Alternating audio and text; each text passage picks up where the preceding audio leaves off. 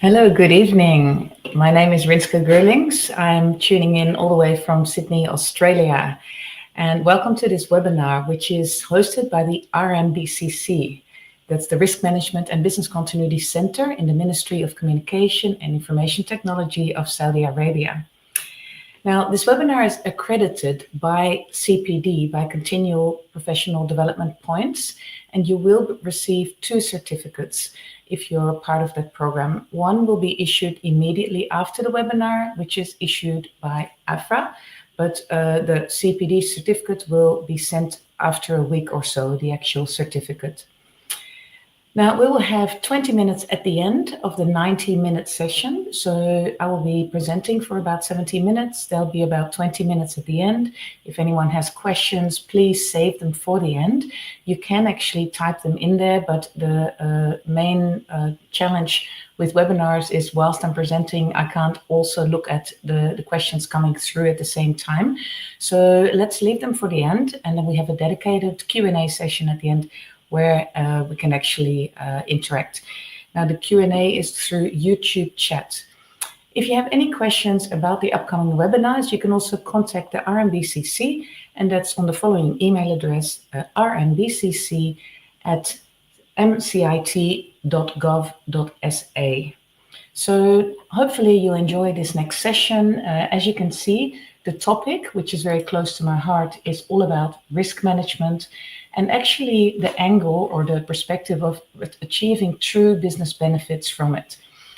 Now, I've been presenting and also facilitating sessions as well as workshops and performed audits on risk management and related topics since around 25 years ago. And originally I came from the Netherlands, but I live in Australia now for 25 years. And since my career in Australia, I've been focusing more and more on risk management and related topics such as business continuity and information security as well. As that whole journey progressed, there were other topics around operational and organizational resilience that I've delved into. And I work now since 2006 with a small team in Australia, as well as other continents such as Asia and Europe and the East Africa region, where I have projects, consultancy projects, and sometimes also audit and assessment projects, and of course in-house and public training that I deliver in those regions, and also virtually with the team, where we actually help organizations, whether it's corporates, whether it's smaller organizations, or whether it's government entities. So in this session, we will be a little bit touching on the actual ISO 31000 standard itself, but mostly we will be talking about how to actually make that a hands-on and manageable process to implement and maintain risk management according to good principles, good global principles like the ISO standards, but also make it really practical that people can maintain it and it doesn't become a burden.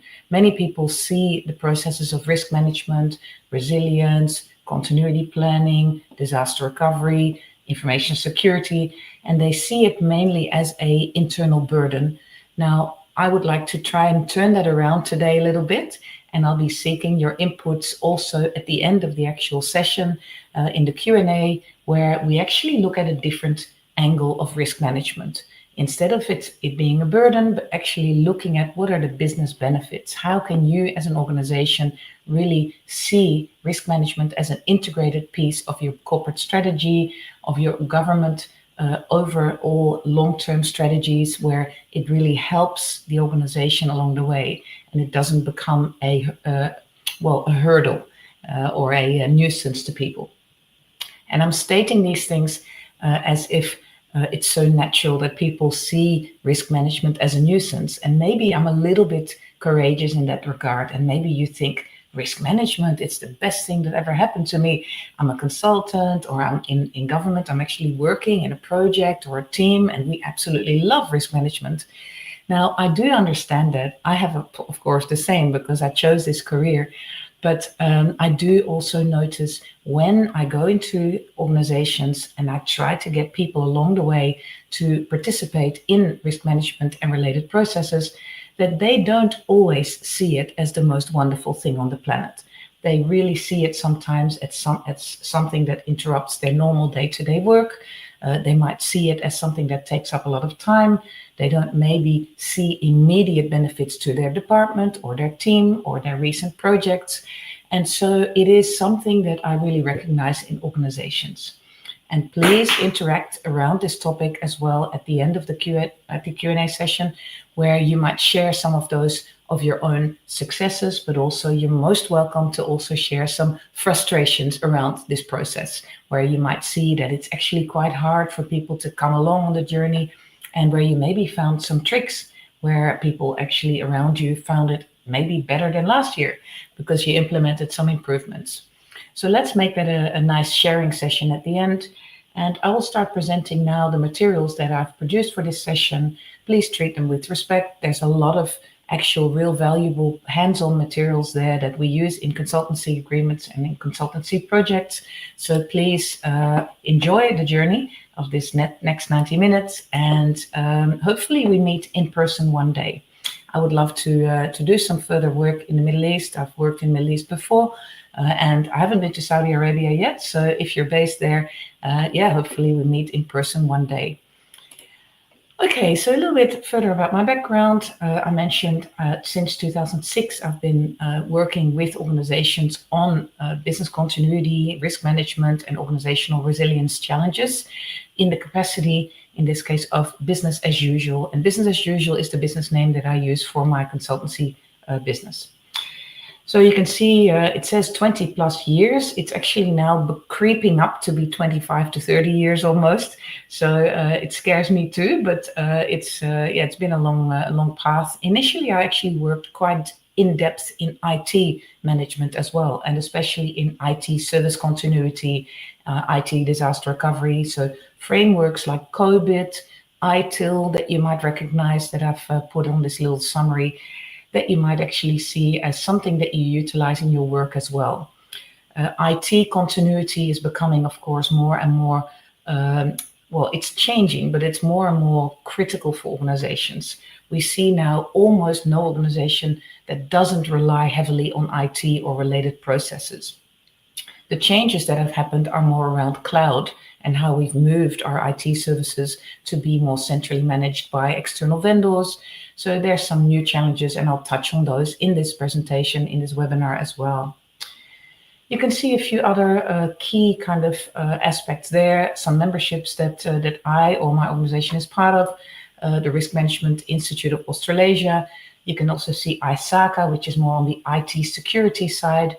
And you can see that quite a lot of work that we've been doing is in central banks, but also the other entities that I mentioned, corporates, smaller businesses, but also some of the not-for-profit sectors as well that we are delving into recently. And you can see there some of the other ISO standards. I mentioned ISO 31000, but also there's the ISO 27001, which is the information security standard. And there's also the global standard for business continuity. And that's the ISO 22301 that you see there. All right, a couple of awards that you see there, and you can see a picture there. Now, if you notice, there's a lot of water in that picture. This is actually an image of my original country of birth, that's the Netherlands. And the country is actually, the Netherlands is actually 70 to 80% underwater level. Or originally it was, because we actually managed that risk in the Netherlands by closing off certain parts of that water, but also heightening some of the land and using dikes and all sorts of other techniques and locks. And so maybe I grew up in the Netherlands as a child with risk management as a bit of a mission, because I remember my grandparents talking about major floods that happened in the 1950s where people passed away from all the risks around flooding. So I think it sort of instilled a little bit of a worry in me and something where I was interested, I guess, in risk management. Now, the next picture, you might have a little bit of a laugh, but that actually is how I took risk management to the next level by moving to Australia. Some of you may have been to Australia, and some of you may be scared of any of these things, the spiders, the sharks, the crocodiles. So I guess it's always been in my DNA, in my genes, to do something with risks. And these risks in Australia can be very well managed, mainly by risk avoidance. And if you do risk management, you of course know some of the techniques around that. So let's look a little bit at the sort of clients that I've worked with as my business, but also beforehand when I was an IT management consultant. And you can see here some that resonate perhaps with the industry of ICT. And some of you work in depth in the industry of digital transformation, of cloud management. Some of you have that kind of technical IT background and have to integrate risk management with that field. And I've highlighted a few entities that I've worked with where that was a key element. So you can see, for example, Lenovo, Fuji Xerox, real technology providers. In Malaysia, I've done quite a lot of work in the banking sector. You can see that up there as well, but also in the IT and technology space. For example, Sakofa is there, and you can see a few other technology entities in the Netherlands, in Australia, and other continents there. So topics for today. First of all, we'll talk a little bit about bouncing back versus bouncing forward when disaster strikes. So that's all about organizational resilience. Then, of course, we're going to talk about risk appetite, one of those strange concepts that some organizations, some people who work in organizations with risk still have to get their head around. How can you have appetite for risk? Isn't risk all bad? Would you not have very low appetite? Would you have more like resistance towards risk? So what does it actually mean, risk appetite, and how to make it measurable? Then we'll talk also about resilience and in the context of a framework, because many organizations get a lot of confusion around risk management, crisis management, incident management, business continuity, resilience. What does it actually mean? How do these terms fit together, or do they actually overlap somewhere? What are the triggers? What are the key activation thresholds for all these processes? Then the next bullet point there, that is all about mitigating emerging risks. And that's where it gets really tricky, because AI, artificial intelligence, ESG risk, environmental, social, and governance risk, and cyber risks. Well, these are fields where we can't really rely on a long-term kind of understanding of how things worked before. How did we implement certain controls, for example? You know, is there any knowledge about what controls might work, or what are the emerging kind of likelihoods around some of these risks? We sometimes don't even know what the risk is, what is around the corner, especially when it comes to AI and cyber risk. We can't just grab what we know from the past, like we might be able to do when it comes to something like fire risk or flood risk, environmental risks, you know, some of the risks around pandemics that we now have built up some knowledge around. These new types of risks we still need to get our head around. And then we, of course, have keeping up with ISO and DORA and the GDPR. These standards are actually quite prevalent these days, and we have more and more compliance requirements around it. So we'll touch on those. And then the last bullet point, third-party risk management, TPRM, and supply chain continuity planning. Serious challenges for most organizations, right? Because how do you even have visibility of your whole supply chain? And the visibility of your physical supply chain may be quite obvious. You know, what are your goods providers? Where do you store your goods? Where is your warehouse? What are your transport providers? You could see physical product.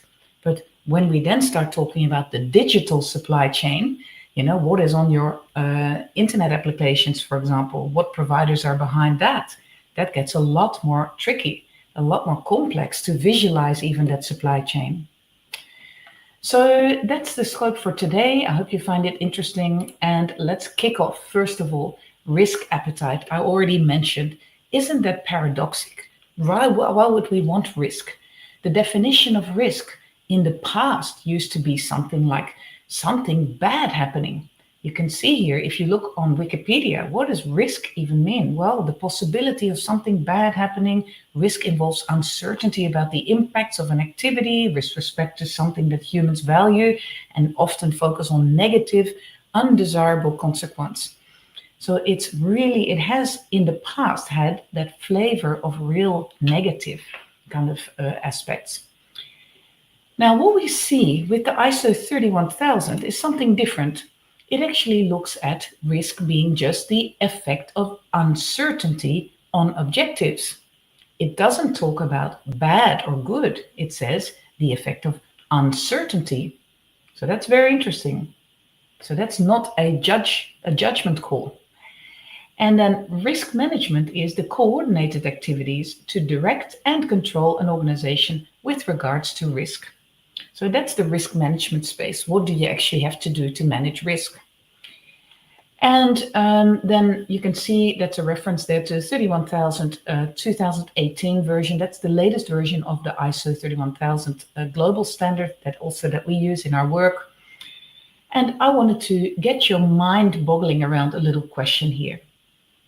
And that question is, who has higher risk appetite, Google or a large bank? So Google might be, let's say, a technology company. You might use another one. Maybe you could use Facebook or Instagram. So who have a higher risk appetite, do you think? A company like Google, like a technology firm, or would you think a large bank, an established bank? So I will leave that question with you while we go through the rest of the webinar. And by all means, in the chat, please interact in that YouTube chat on what you think, what might be the organization with the higher risk appetite, and justify your answer. So if you want to have a listen to me and in the meantime have a little think about this and put some comments in the chat, you're most welcome, and we can have a look later on at that. So let's have a look at what is then risk. Is it maybe neutral? Maybe it's not a bad thing. It's neutral, I think, until someone judges it. Through the filters of one party, for example, a farmer, rain is actually a real positive thing most of the times, because that means the land is fertilized by rain. They don't have to irrigate it themselves. But to a family that's going on a camping trip with 3 little children, rain is typically a threat. It's a negative, because really, what are you going to do with those 3 kids in the tent? So it's usually around filters. And that's an interesting perspective in life in general, I think, but especially in risk management. So let's have a look at some examples. Cyber risk. And once again, I'm prompting you to think, to read, and to listen to what I'm saying, and try to preempt the answers a little bit here.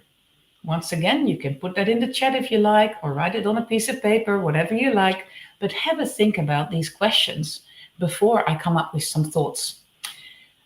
First of all, there's a team on the left. They're pulling on the rope. And this team on the left thinks, keep the cost of IT down. We cannot exceed the security budget, or it will impact on our dividends, our overall financial health, our ability to seek loans, any funds left for other key business activities like innovation. Exceeding budgets also affects our reputation. So the team on the left is basically saying, keep the cost of IT and keep the cost of security down, because it will otherwise jeopardize our financial position, our financial strength, and even our reputation. On the right, we've got a few team members that are saying, well, no, we have to protect our data. It's highly sensitive. We need to protect its confidentiality, the integrity, the availability of our data. We need fast intervention contracts, to assist us in the event of a cyber attack. And we need to do this through due diligence, on the suppliers, etc. We need to basically protect our data. So the team on the left is saying, don't invest so much in security and IT and controls. The right team says, yes, do it. So the question is the left-hand side team, are they more risk hungry? Are they more willing to take risk? Well, the other team might also want to take some risk, or are they more risk averse? And maybe you think, maybe on the right, they're more risk averse because they want to protect the data. The team on the left, they seem to be cowboys. They want to just, not really spend on security. So it seems at first sight maybe that the team on the left is more risk hungry and the team on the right is more risk averse. But remember what I said about filters. I don't think this statement is blatantly true. I think the team on the left is more financially and strategically risk averse. So they don't like to take too many financial risks. They don't want to overspend on security. They keep the financial risk of that in mind. And they keep the strategic aspects like the reputation, if the budgets are exceeded, they keep that in mind. So actually, the team on the left is more aware of the financial and strategic risks, and they're averse against that. They don't want to take those risks. Whereas the team on the right is your typical IT security people who are saying, we need to have full understanding of our operational risks, of our IT and operational risks, our security risks, and our compliance around it. So they are risk averse around those types of risks. So hopefully you get the idea of this. It's all about the types of risks, and it's not so much about wanting to take risk, but it's about the type of risk and the level of that risk. How much uncertainty are you willing to take? Are you going to protect your business 100%? First of all, that's an illusion. No business can move on as a business if you protect that business 100%. That means you don't take any risks. You have no uncertainty. What does it mean for a business to have no uncertainty? That means playing it safe all day long. You might work in government, right? You might think, well, that's all right for business, but it doesn't apply to me in government. Well, the government needs to take some risks too, and they need to take some innovation risk, for example, to keep up with where the global other governments are going. You know, if the Saudi Arabian government is taking some more challenges on, you know, in terms of innovation, in terms of nice cloud movements or applications for the community, you know, some technology innovation, that may be a real increase of the reputation of the government of Saudi Arabia, for example. So you can see that actually, whilst it is taking on one type of risk, innovation, for example, uncertainty, it actually protects the organization from reputation-related risks where the community thinks, oh, well, our government is not moving on. They're not implementing any new technology. So it's all about the filters that you apply. And every risk maybe is actually neutral until someone judges it. That was my statement in the previous slides, right? So these are nice discussion points. If you want to chat to others through the chat later on, or maybe as a follow-up, please go off and do that in that YouTube channel. Okay, so what about the positive side of risk? Quite a long time ago, I came across this fantastic model, and it actually combines the bow tie diagram, which you may have seen before, which all focuses on the negative, the downside risk, the bad events, minimizing negative outcomes. And it's all about resisting those bad events. And what you see there is the bad event is there with a little circle, with a little red circle, and you can see that there are some causes of those bad events, and there may be some effects, some impacts. Now, these little bars, the red, the amber, and the green bars, are actually controls. They are stoppers. They are things that you might implement to stop that particular impact or that particular cause from being effective. So the causes you could reduce with these little controls that actually reduce the likelihood, so the pre-event.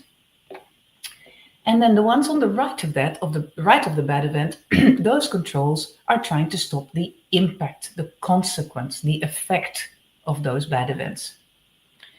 Now, the red, amber, and green you can utilize to say, how effective are my controls? Have they been implemented well? Are there enough controls? And you might say the red ones mean that they really stop the impact or stop the likelihood. And the green ones, they still let through quite a few.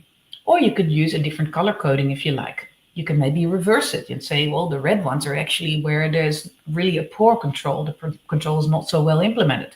And the green ones are where the control is well implemented. That's how you could also use those colors, but that's very flexible. That's up to you. Now, the interesting part is actually on the right-hand side of this image. And what it says there is there is actually also a positive or upside risk. And what we do there is we model good events. We maximize positive outcomes. And whilst on the left-hand side we had resistance, we now on the right-hand side we have momentum. We try to encourage those good events. And that is actually the more diagram. Now, a good event has some conditions behind it to make it possible. And these particular little arrows, they actually are encouraging controls. So they actually emphasize or improve or encourage more of it, more of the condition leading to that good event. So there are certain sets of controls where you might say, hey, if we, for example, have a condition which is a challenging technology environment, a good event is that we can implement an innovation into the community. We can actually have a successful innovative project. That is our good event. And some of the encouraging controls may be around having really good skilled staff available to be able to encourage that particular innovation even more. And to have that condition of the challenging technology environment further helped with having good staff, skilled staff, that actually even encourages the innovation even more. Now, on the right-hand side of the good event, we see real benefits, true business benefits. And again, some encouraging controls may be implemented to really translate a good event into having further knock-on effects, even more benefits. For example, we have an innovation and now we collaborate with other organizations to actually have further business benefits from this. So you can see there that risk is not all bad. And some of you in theory may have already known that because you've studied the ISO standard maybe already, or you've worked as a risk manager. Well, all well and good, but to translate it and to visualize it in this way might be something that you can utilize in your work. All right. Now, what we have here is bouncing back versus bouncing forward when disaster strikes. I already mentioned that particular aspect. And what do we see there? Well, first of all, a couple of case studies here. The first one is when the pandemic actually hit, my original country where I grew up, the Netherlands, the Dutch people, the Dutch companies, actually, some of them transitioned into making face masks, whilst they actually had completely different, they had the same technology to produce that kind of paper-based material items, but maybe they, for example, the bed manufacturer Alping, they had skills to utilize rubber and other plastics. And they utilized it instead of the original product that they actually were setting out to do. They actually said, hey, there's a pandemic going on.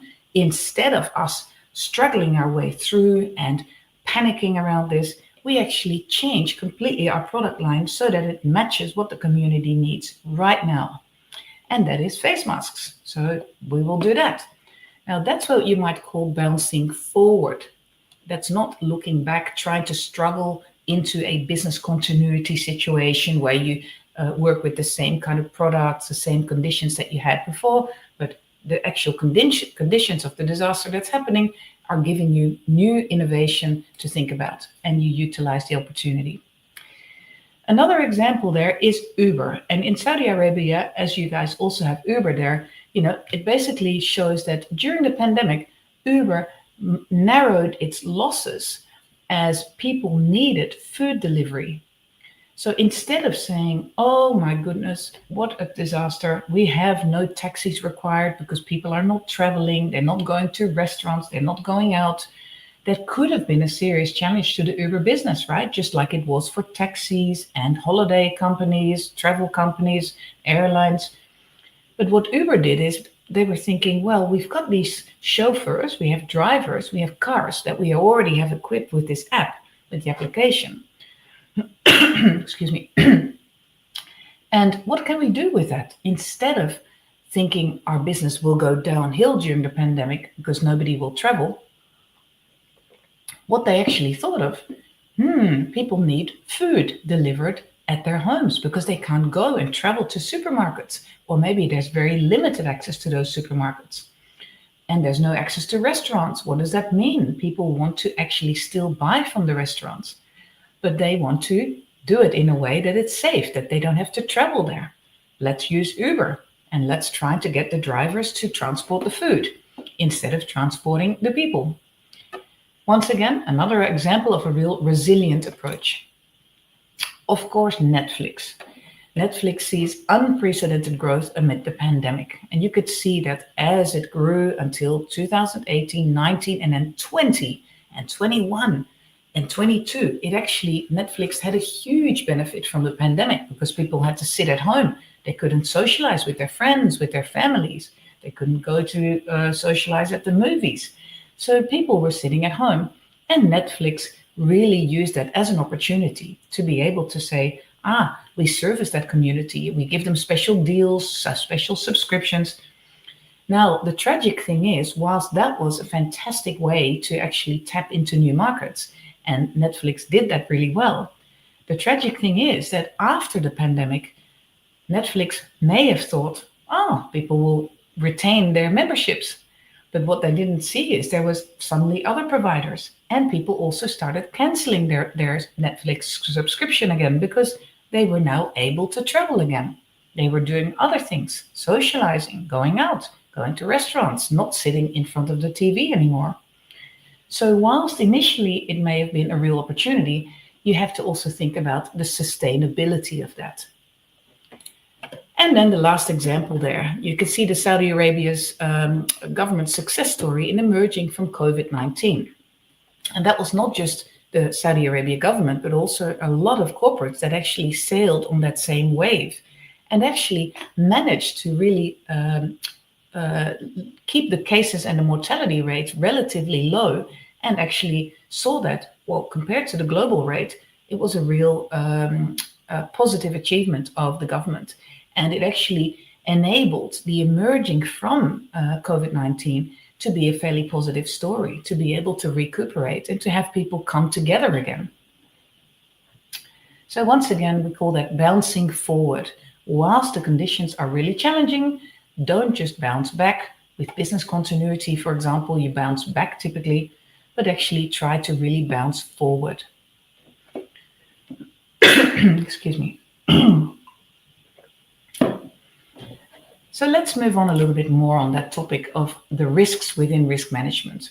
And we talked about resilience and about risk appetite, etc. But what I see in that whole framework is producing quantity rather than quality tends to be a serious challenge.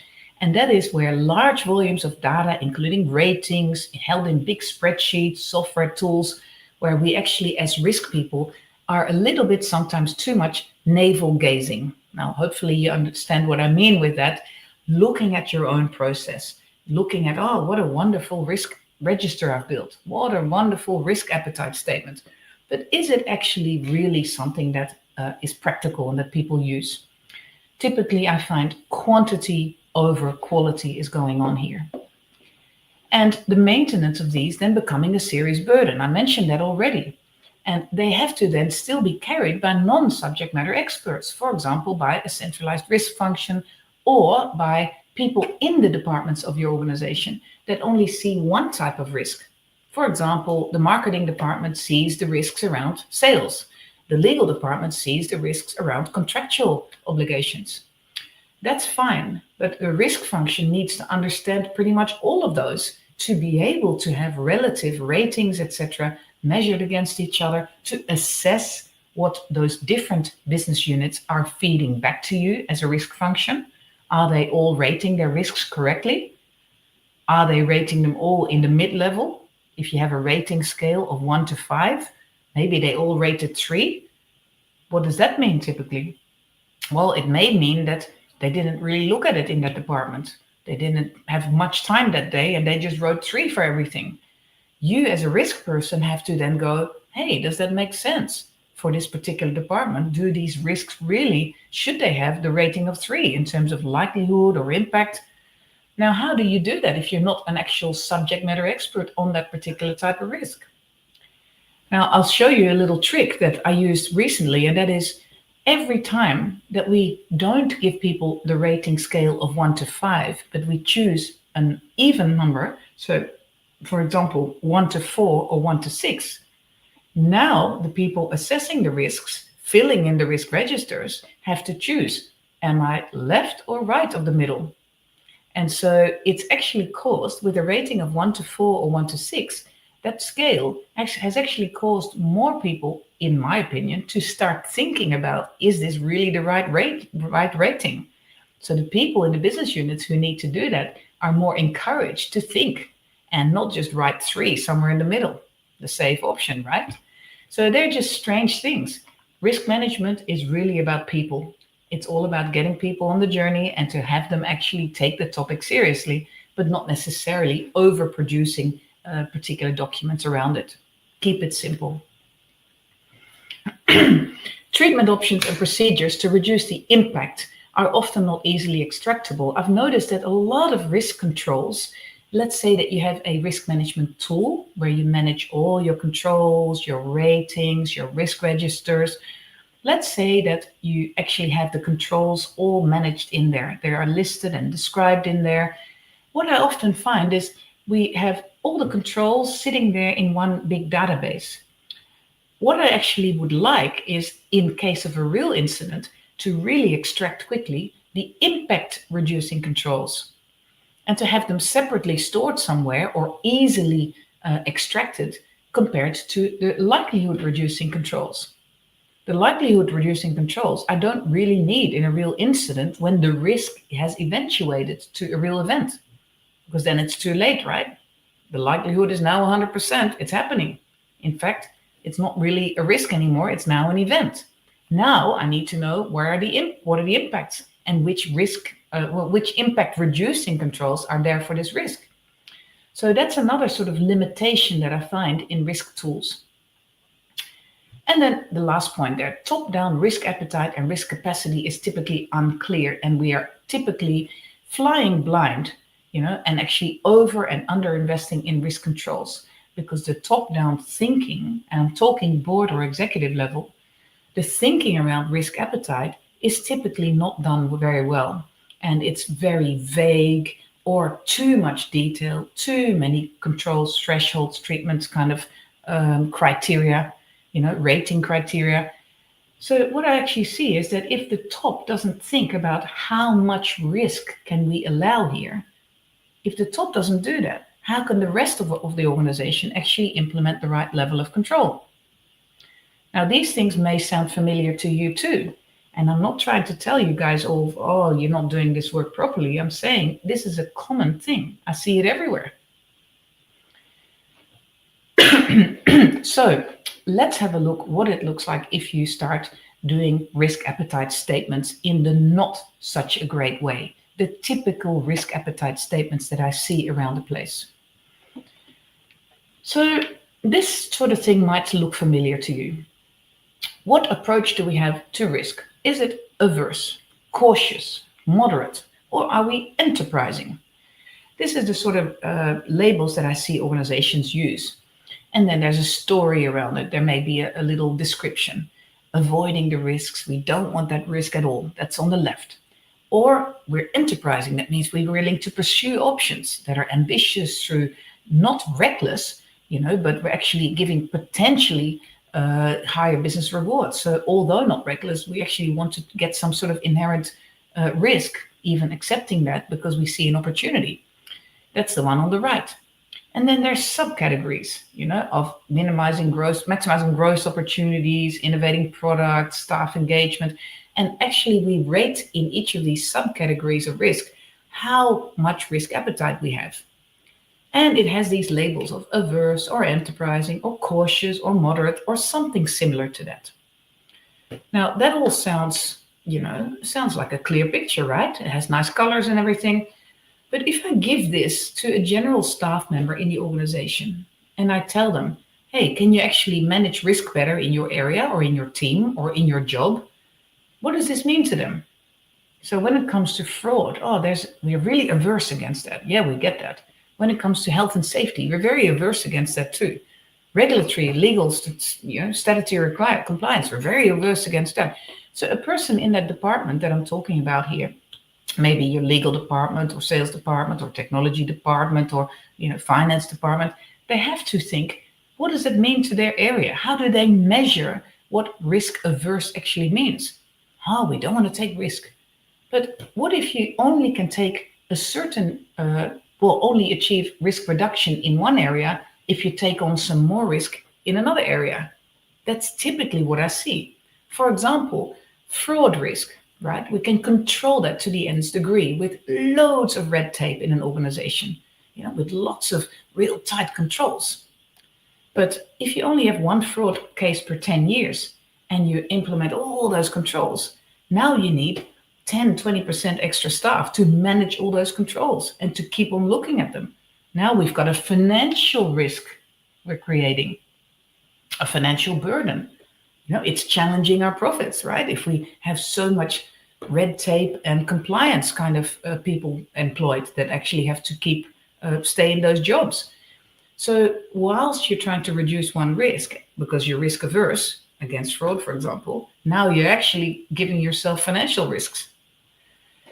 Think about this and think about how this can all be translated to a simple, a simple scope of one person in a particular job in your organization. How do they translate all of these statements? So in my view, this is way too complicated. The next one, this is too vague. That's another risk here. We're working towards a position where we're not jeopardized by short-term revenue and cost fluctuations. We aim to seek opportunities, sustainable growth. We are staying in accordance with our shareholders' objectives. We protect partnerships. We see it as high priority to protect that, to have no real risks around those. We want to protect our brand, don't have we have no appetite for negative comments. The description is wonderful, but I could almost copy and paste this. And I actually have seen it almost copied and pasted, between one organization and another, jazz it up a little bit, change the flavor a little bit, and there you go, another risk appetite statement. But once again, my next question is, how do you measure this? How does the organization say to their staff, hey guys, are we actually tracking well? Are we doing great here? Are we managing our risk? Are we staying within the risk appetite? Good luck. I don't see it actually utilized for that. These things, these risk appetite statements, they tend to sit on some sort of intranet or internet site, on the corporate website. Nobody actually looks at it typically after it's been written. And the people in the organization, or even the customers, they don't see in any way how it relates to their life. So hopefully I'm not kicking around too many emotions here. If you've just been spending a year with your board or your executive to write this kind of statement, I wish you all the best with it. But my angle with this is, how do you actually use it? And how do you make it so simple and not complicated, but still useful and with good metrics around it, so people can actually make this a part of their daily life? Another example of not such a good one is even more complicated. Risk categories on the left, that's fine. But then you see there's at least 7 pages of this. And I've only presented here 1 page. We conduct operation in according to the principles, etc., etc. And we typically have a moderate to high risk appetite to prevent incidents. What does that mean, moderate to high risk appetite, for a simple person who's just started on a junior job in that organization? They don't even know what the term means, let alone that they can see what it means in their job, for example, as a maintenance operator or as an IT security staff. What does it mean, moderate to high? The next one, again, something similar. You see these 5 different ratings, and what kind of description does it have? Operational risk, people risk, ITC risks. Okay, fantastic. Now we have all these descriptions. And my question is, if we have a particular risk, like, for example, staff retention or staff leaving, unwanted leave by staff, as in they leave the organization, what does it actually rate as? Well, operationally, it could have actually more than 15% slippage if key staff leave. So on the first criteria, we're hitting the number 5, the last column.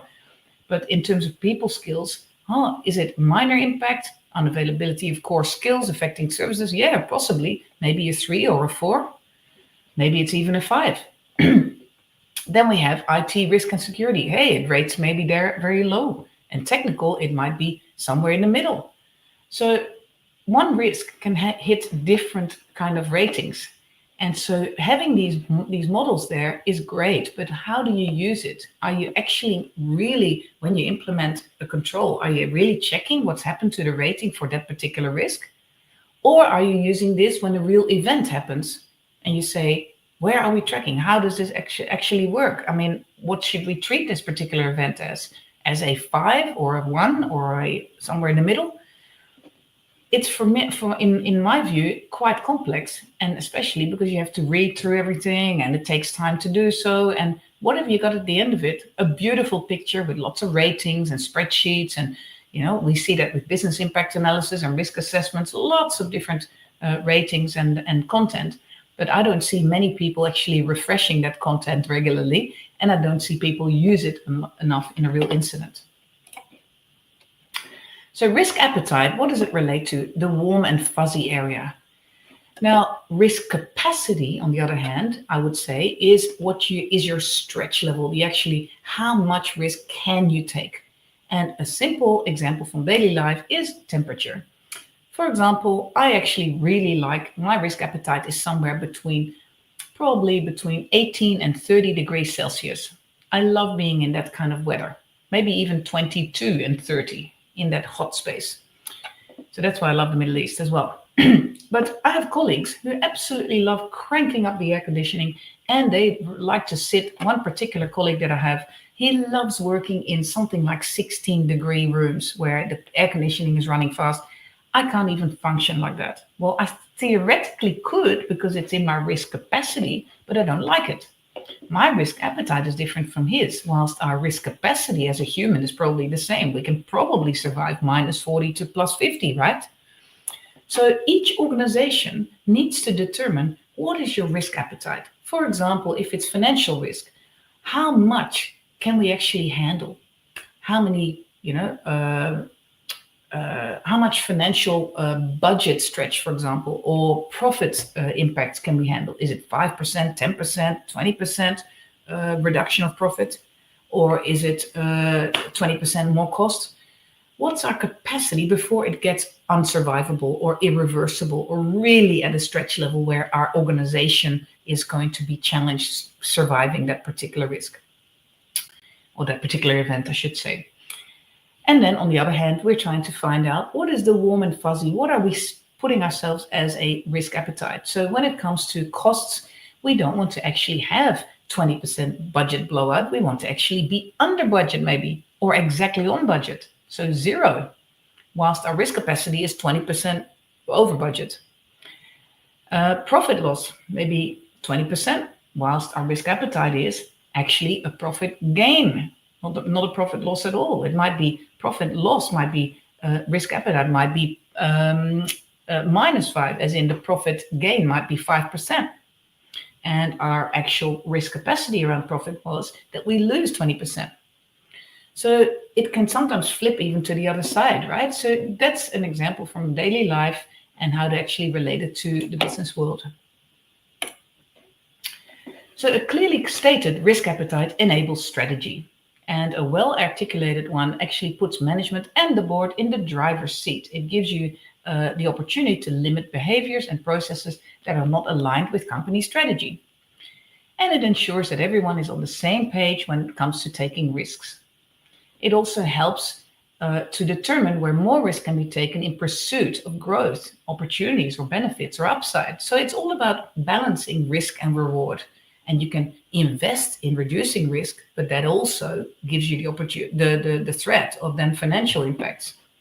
So nothing comes for free in the world of risk management. Now, the other thing to keep in mind is risk processes are not processes for the sake of processes. They are not detached from the reality of the business. And what I do mostly when I do risk workshops with organizations, I start not by asking things around risks, because I know that the motivation of a board or executive typically is not around talking about the bad stuff, the challenges, the risks, the uncertainties.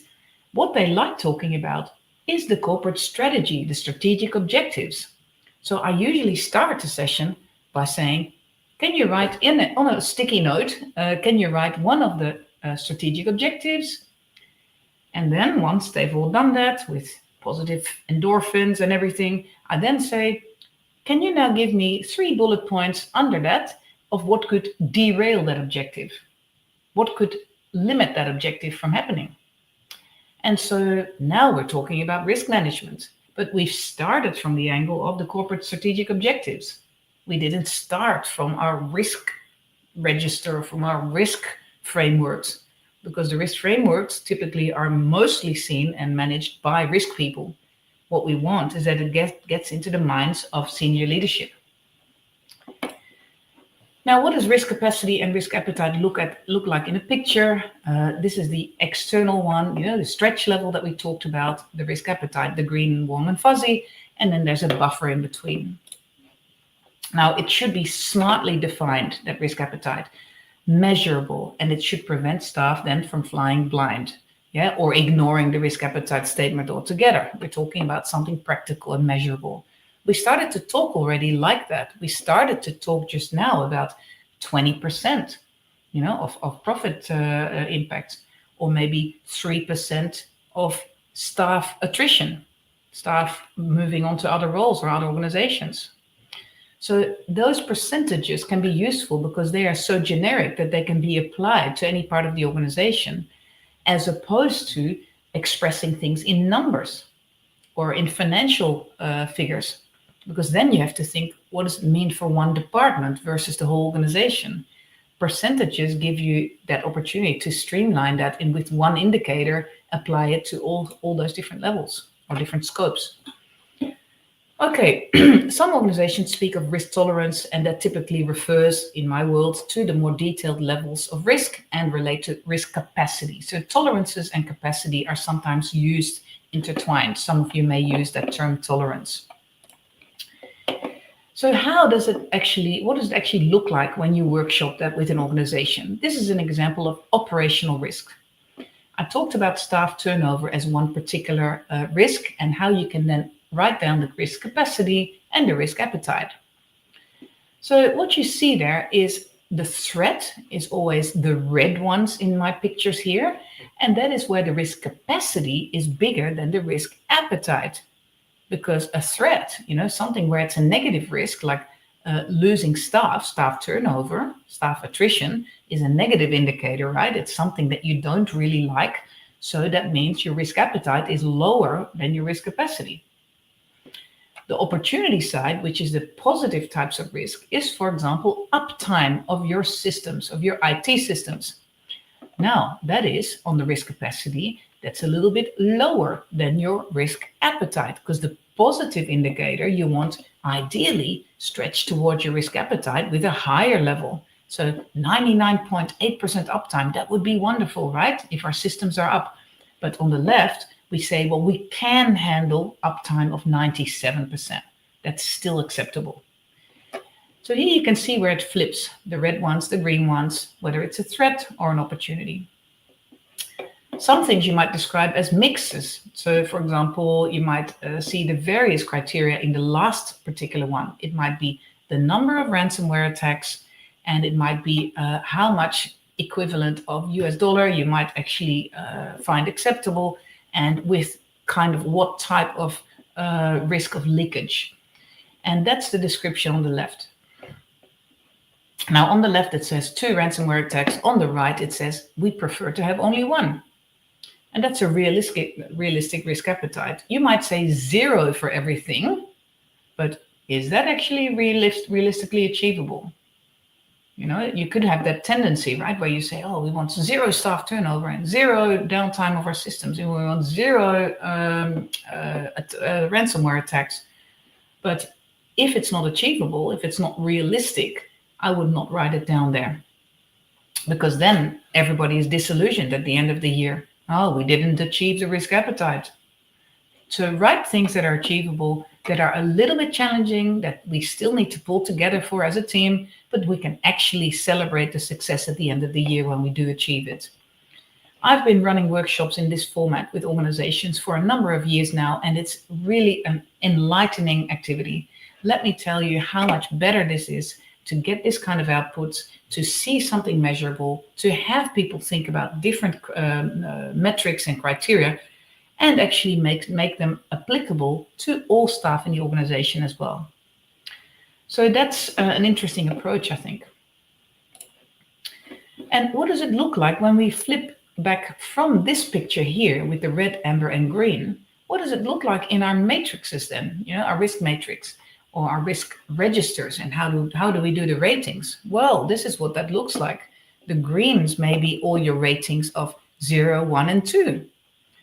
The 3, 4s, and 5s, they may be the yellow, the amber ones. And then anything above 5, we might say that is the non-acceptable. But that's how you set your thresholds. And that may change over time. Maybe next year when you've got more controls, where you have less vulnerability. Vulnerability is all about your being subject to that particular risk and the controls you put in place. Maybe if you've got lower vulnerabilities, now you can actually say, we only allow risks that are up to the level of, let's say, 6, and the 7s and the 8s we need to treat. Or actually the reverse, we've got better controls, so now we actually say 5 becomes red as well. And that means that even 5 is not acceptable. So the level of your controls, your vulnerability level, which is the opposite of your level of control, you're more vulnerable. That means that you have less controls. And now you have to allow maybe the yellow zone to become a bit higher, like including 6s.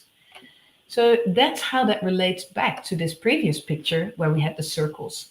This is for maybe an individual risk, whereas this one is maybe a risk map where you can actually plot all your different risks in there.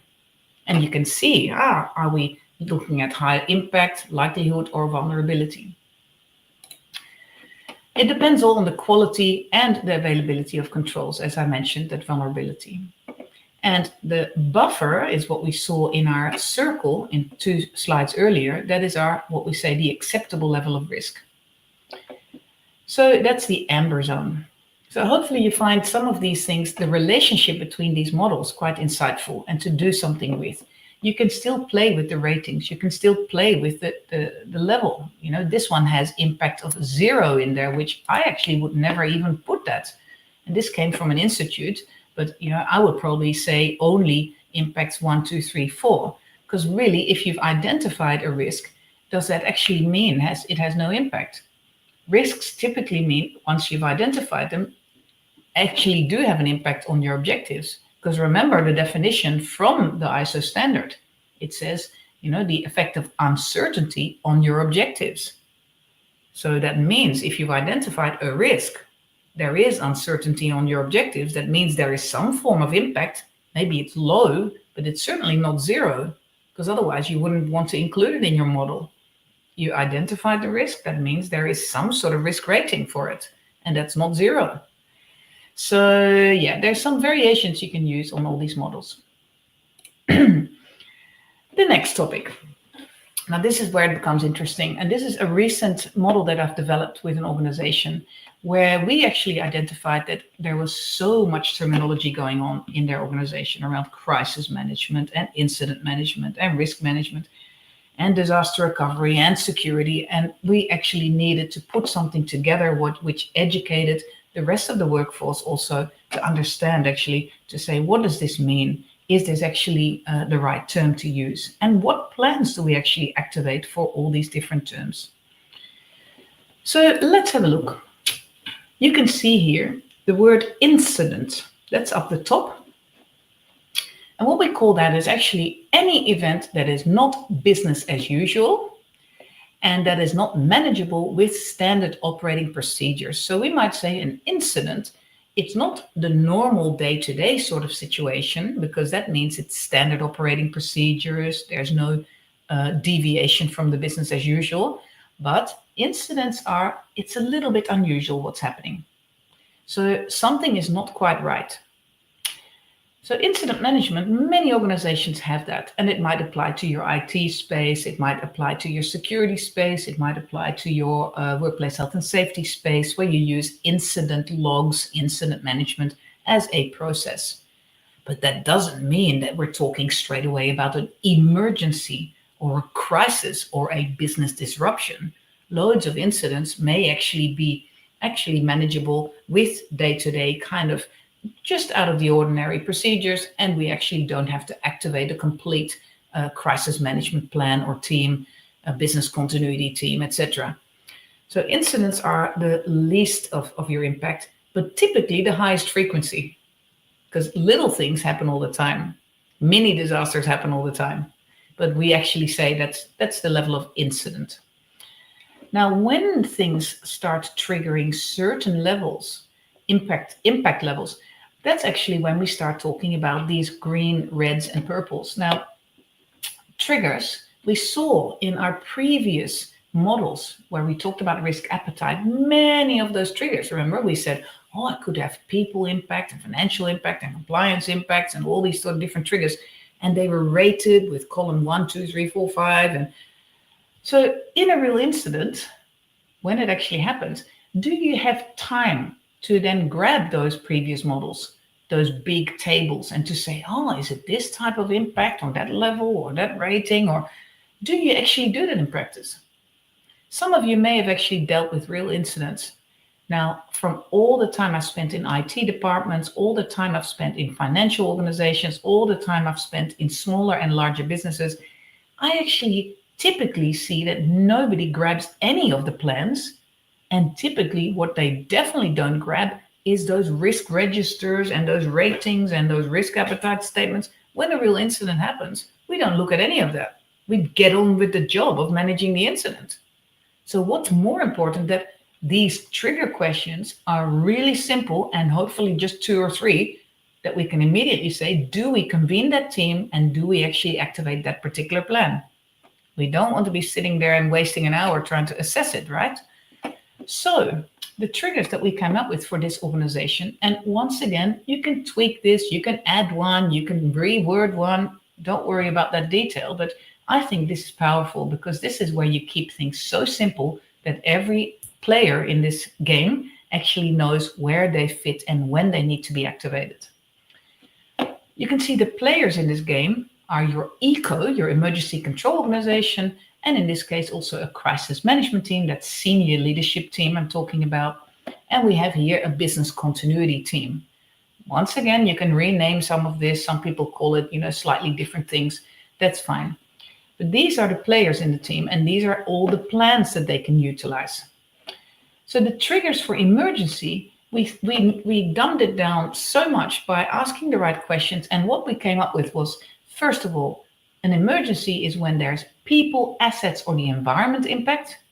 So one of those things is impacted, either people, assets, like physical assets, or the environment. And the second question is an immediate response required? That's when we talk about an emergency. The next one is crisis. And we said, actually, what do we call a crisis? When do we call something a crisis? And when do we convene a crisis management team? Actually, very simply, first of all, if there's multiple sites or business units affected. And secondly, if there's a serious financial or reputational impact. Wow. And I had seen all the models, the bullet points, the questions, the ratings and everything around these things, thinking, oh, it has to be a level 4 or 5, that kind of thing. Then we start thinking about crisis management teams. But the problem was, in real incidents, nobody looked at that. And someone of the leadership team thought, do I have to call my colleagues at the executive to come and assess this problem and to help with this? Is it a yes or a no? In that person's head, it was just those 2 questions. Is this a larger than one little department kind of impact? Because then we need probably leadership to be behind it. The department themselves can't manage it. And the second question was, is there serious financial or reputational impact?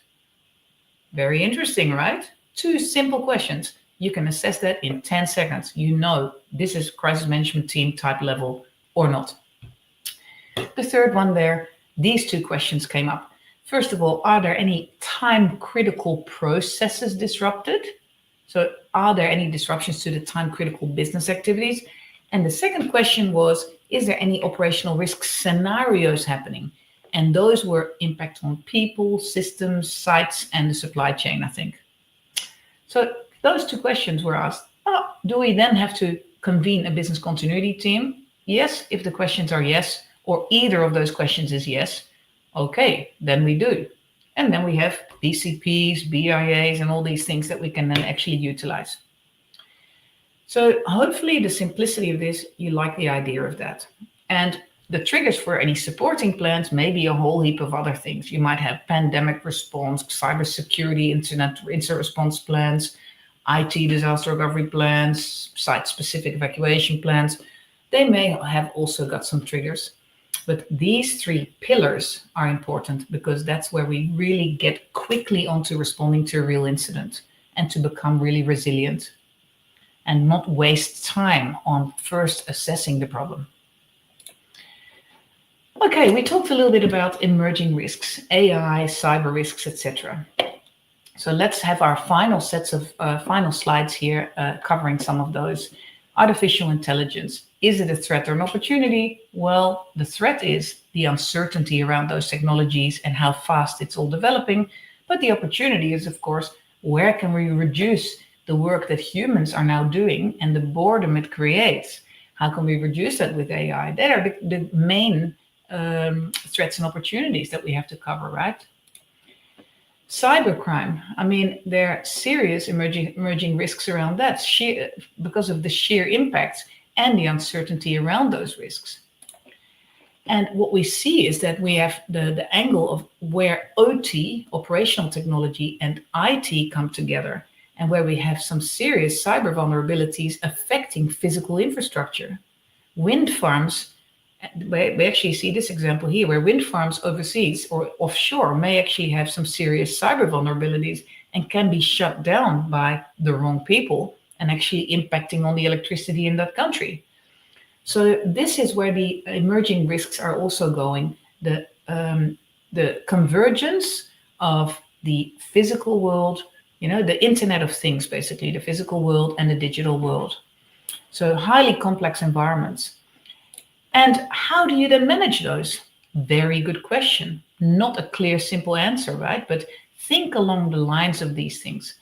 First of all, have multidisciplinary think tanks. I don't even call them teams. I call them think tanks, pulling people to discuss certain types of risk and actually have people in there who are the doomsday thinkers. For example, IT, operational technology, physical security. Those are the people that are often not invited to these discussions because they are like the negative people, right? Well, they are needed for these kind of threats to be able to assess and to come up with controls. So think more multidisciplinary teams, think about think tanks and the flexibility around that. Make that a different team for each risk, for example. This sounds like a huge burden, but you can make it flexible and do something every quarter, for example. You don't have to do this every day of the week. Think about the key low-hanging fruit first, the biggest risks. Then the second idea might be to reduce impact and consequence instead of focusing on reducing likelihood. Does anyone still have the illusion that you can reduce cyber risk by reducing likelihood? I think everybody now has assumed that one day we could all be hacked, and it's probably a matter of when and not a matter of if. So that means we should focus on impact reduction, not on likelihood reduction, or at least, not all the time, because that's where we typically see people over-focus. All right. I mentioned emerging risks, the environmental, social, and governance risks. I thought I'll put together where they typically evolve around. I run workshops, 2-day workshops to help organizations manage these risks. Public courses I run in Malaysia as well, for example, where it's all about ESG risk. And you can see that there's things around diversity and structure and bribery, corruption, waste, health and safety, inequalities, all those. It's really a myriad of different risks. And that's a challenge in terms of not just mitigating them, but also reporting requirements. So even if you have great mitigation strategies in place, how do you show regulators, governments, entities, how do you show them that you have implemented these?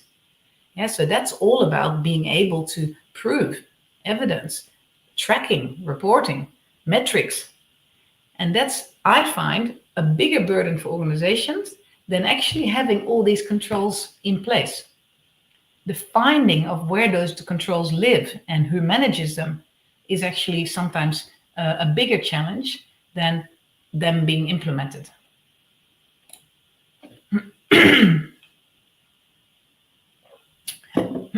Let's move on. Our second last topic there is all about the standards.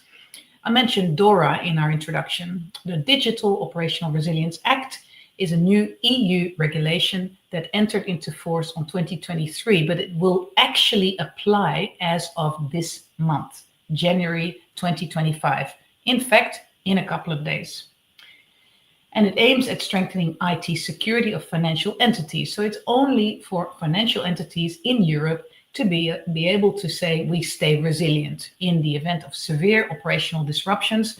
It actually also talks a lot about ICT third-party service providers. So if you have any interaction with that particular market, with that particular industry in Europe, you need to know about this. A lot of organizations are talking about this now. And what it covers is ICT risk management, third parties, I mentioned digital operational resilience testing, ICT incidents, information sharing, and oversight of critical third-party providers. So that's the DORA standard. ISO 27001, you may have heard about as well, which is really a CIA-related kind of framework. Confidentiality, integrity, and availability of data. That's what we call the CIA triad. And in the space of ISO 27001, the information security framework, the idea is actually that it's not just about technology, but also about people and processes. It's a great starting point for compliance with other frameworks as well, like, for example, SOC 2 is another one that you might have to comply with, or that you need to have an attestation against. So ISO 27001 helps with that, and it's also certifiable.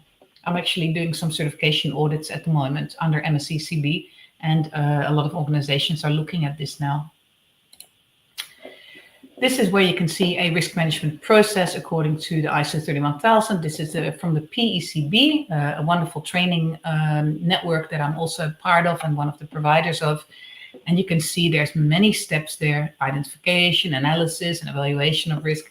So ISO 31000 has quite a lot of nuts and bolts against it. And whilst I already mentioned it, whilst it's not just about all those risk assessment activities, it has on the left communication, consultation, monitoring on the right, and review. So the recording and the reporting is just as important as the actual activity of risk assessment. And that's the beauty of ISO standards. It really looks at more holistically at the process, the people, as well as the technology aspect. Lastly, then, the GDPR reform 2024. I'm assuming that everyone here knows about the Data Protection Act of the European sector. And that's GDPR, that's been in existence for a long time. But this is actually the new requirements, new detailed documentation requirements, and a few of the protective measures you can see there. It also talks more about the impact assessment updates, and it looks at reporting obligations. And that's when there's a real data breach. It now looks at reduction to 72 hours and extension of reportable incidents. I'm saying they look at it, but this is actually live already. So Reform 2024 is now, everybody needs to know about these requirements. If you work in Europe or you have interaction with European entities, you need to know about the sovereignty of data and all these requirements around GDPR.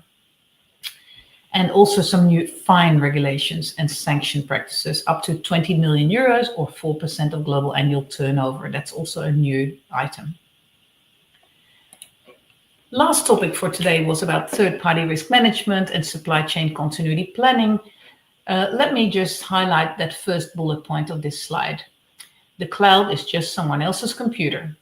It's not a magical world where everything is managed perfectly by super experts, by robots. This is actually still a people's business. And whilst you know your own IT environment, if you have on-premises equipment, you know who manages it. You know which people are potentially less or more skilled in your team. The cloud provider, you don't know. You don't know what their challenges are. You don't know what staff issues they have. So whilst the cloud sounds like a perfect solution, think about the flip side. Certainly it has benefits. Certainly there's more economies of scale around, the security aspects, etc. But it's not a bulletproof kind of way to manage your systems. It has other challenges. You're putting your eggs in one basket, for example, where in the past maybe you had it spread out. So think about that. Business continuity is helped by cloud, but not for things like notification, collaboration, decision making. Yeah, you still need other options there. CrowdStrike, we all remember that issue, of course. And again, it was not a cyber issue. It was a human issue in some ways, human or process issue that caused CrowdStrike to be, compromised there, as in to have that challenge on the Windows environment. And there's a few other bullet points there around insurance and crisis response challenges. And especially that last one, the difference between the physical and digital supply chain. Physical supply chain, we had challenges like packaging, counterfeiting products, things around natural disasters. So that's all kind of visible. Most people were starting to become experts on this in certain sectors like manufacturing, etc. And they could actually visualize a lot of these risks. But when we talk about the digital supply chain, it's a serious challenge because we don't even have visibility of the upstream or downstream suppliers. Looking at a website like Amazon or a website like Uber or a website like eBay, you're looking at a website, a portal that actually has hundreds of digital suppliers behind it. The suppliers that provide the secure payment gateway, the supplier that provides the images of the products that are sold on there, etc., etc. So some of these examples really show the digital supply chain is not as visible, and it really incorporates a lot of challenge. And some of these MFA related ones, but also CrowdStrike I mentioned earlier. Let's move on so that we can actually get to that Q&A session. The last slide before we go there is getting buy-in from the top. What I always use as a little analogy there is, why does a car have brakes? Why does a car have brakes? Now, if you're thinking about that, and you can put the answer in the chat if you like, why does a car have brakes? Many of you might think to slow the car, to stop the car, to control the car, to prevent accidents. Now, many people might say that, but I would probably try to say the car has brakes so you can drive faster. Yeah, and you may have heard this statement before, but I think it's powerful to use that especially with senior leadership, executives, and business managers, because that's how they might be able to see that risk management, meaning the brakes, risk people enable the business to grow faster, to drive faster. So without controls, without the brakes, the car has to drive very, very slowly. And that's what we try to say especially with startups, organizations that are flying wild. They try to sell more product, but they can't actually deliver. They don't have capability, but they see the opportunity. You still need risk management to be able to say, yes, we feel comfortable to be able to promise this to the world. And that is good risk management. And it actually enables you to go or to grow faster. All right, I'll leave it here. I'll put the next slide on, but that's more about your own next step after hearing the conversations the monologue that I've had so far. So I would like you to think about what you're going to do next yourself in your role with any of the information that I've shared. Think about one action that you can take tomorrow. So that's your challenge for now. I will have a look at now what I can see in the chat. Give me one moment. I'll switch screens for that. And just to see where you guys are heading there.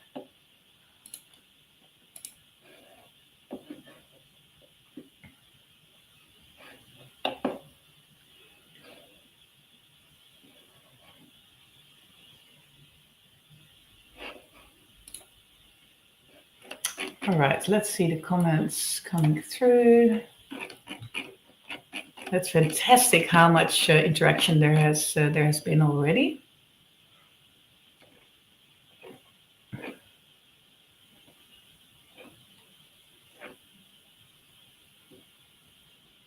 That's great. I'm looking at some of your comments. As a register, you receive your certificate. Yeah, that's all good. Let me see who's been asking some questions. A breach in a company like Google is generally more dangerous as it involves sensitive personal data. Yeah, or a bank. Interesting. I'm looking at the comments here from Saturnian Star. Saturnian Star, what a great login name, by the way. What I'd like to say about my question, who is more risk averse or risk hungry, Google or a large bank? What I'm trying to say there, it depends on the type of risk. A large bank takes more risk when it comes to giving people loans and credit cards. They take financial risk. Their treasury departments are putting money on the share market. So in the context of financial risk, the bank is taking quite a lot of risk. Google may be also taking quite a lot of financial risk, but maybe their risk appetite sits more in the innovation or strategic risk. The bank tends to have a lot of protection for itself in terms of compliance risk, for example. Banks don't like compliance risk. They like to limit that. Whereas Google might think, well, first we introduce a product and then we see if we can actually make sure that everybody stays compliant. And we might take that as the next day. I can't prove that, but I'm saying the focus is on innovation, being first to market. So if Google was analyzing things too long, the competitors would jump in, which is a reputational risk and a strategic risk, whereas the bank might take more time. And so each organization will take different types of risks and actually allow more uncertainty. Innovation is a typical thing that banks do take, but it takes a long time. Whereas Google or Facebook or Instagram, or WhatsApp, they innovate. They even give you beta versions of the product, say, play with it to the public, and they take that risk. So I think both entities do take risk in a slightly different way. Great. And I see some people, especially here, I do, for example, you said, yes, it's hard to say. It depends a little bit on how you look at it, right? Yeah. Let's see some of the other comments. The balancing the need for innovation and growth with the necessity of mitigating risk, especially in dynamic or highly regulated industries. Fantastic question. This is Sofon asking. Yeah, that's exactly what I'm talking about. So how can you have still some sort of agility and in the meantime being super compliant and regulated? I see a lot of leadway being made there and a lot of benefits from collaboration with other organizations in the context of industry associations, for example, where you actually see banks pulling together, and I've been part of those consortiums myself, where we actually said, as an industry, how can we accept certain regulatory challenges? How can we enable ourselves to be more on the front foot? And therefore, we all benefit from that whilst we're innovating. So there was a lot of more like knowledge sharing, think tanking, even between organizations. And maybe that's the best way forward in that regard, because to stay on top of all your regulatory requirements is a huge challenge. I've had one recent client I worked with, they said they pulled back from a product launch in a particular region, I think it was South America, because they found out the day before launching the product, there were compliance requirements that they didn't know about.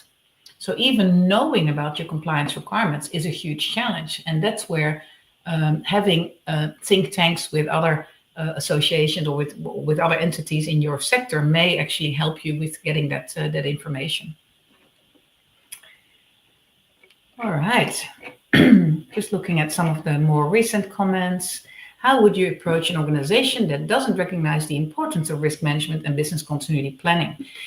Okay, that's a really great question there from, I think it's Exit. I would probably say the key advice there would be two things. One is look for real life examples. So don't come up with theoretical models around risk and theoretical scenarios that could happen. Think about real examples of organizations in your industry, ideally in your geographical area, where you can actually show they didn't have a BCP, they didn't have risk management, and now what's happened to that particular organization? Or they did have great risk management frameworks, they had great response plans. Look, they're shining, they're bouncing forward. Real life examples is one technique. And the other one is, if there's no buy-in, remember I said, think about starting the conversation from your strategic objectives. Don't start bottom up with your risk registers and your risks and your negative stories and your challenges. Think about top down and how these people are wired. So that's great. Great questions. I wish I could answer all of them longer. And you can see me, by the way, if you want to look me up on LinkedIn. Business as usual is one way to find me, but also the website. But also on LinkedIn, you can find me with my first name and surname. There's only one on the whole planet with that first name and surname, so you'll find me quickly. And you can also add me to your LinkedIn and just ask some questions there if you like, because. And maybe also in the page where this event was promoted on that LinkedIn page, maybe we will be able to do some discussions in there as well. So just tag me in there as a participant in the comments, and then I can do that. Can you share your LinkedIn? Yep, I'll type that. Oh, I can't do that here. I can't do that as a presenter right now, but like I said, just find in LinkedIn, search Rinsky Gerlings, so Rinske, and then my surname, Geerlings, and you can find me there. So hopefully, Abdul Wais, hopefully that will help you a little bit. All right. I think maybe I have time for one more question here. As I currently work in operational risk, I'm interested in transitioning to BCM. Could you advise how I can start building the right skills or qualifications? That's a question here from Yara. I would probably say have a look at my website or generally the ISO providers' websites through businessasusual.com.au. Businessasusual.com.au. You can find and you can see the link there. We provide remote training with coaching calls. So that's for ISO certification. So if you're moving towards business continuity, maybe a course in ISO 22301, just a foundation course, maybe something that is of interest to you. And we'll be happy to help with that, of course.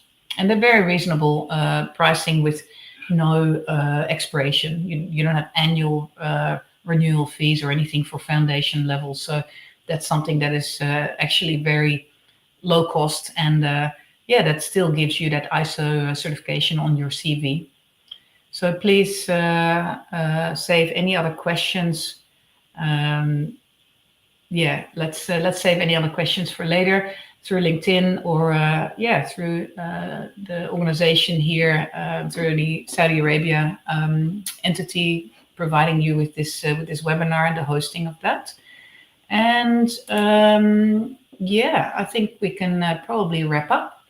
I'll leave the facilitator of this session to do the formal closure. RMBCC, I mentioned their email address before. They can also be contacted for questions. Once again, it's rmbcc@mcit.gov.sa. So please enjoy that further kind of interaction, and hopefully we meet in real life. And my name is Rinske. You can see it if you look at the webinar introduction, but also you can see it on my current screen. So Rinske Gerlings.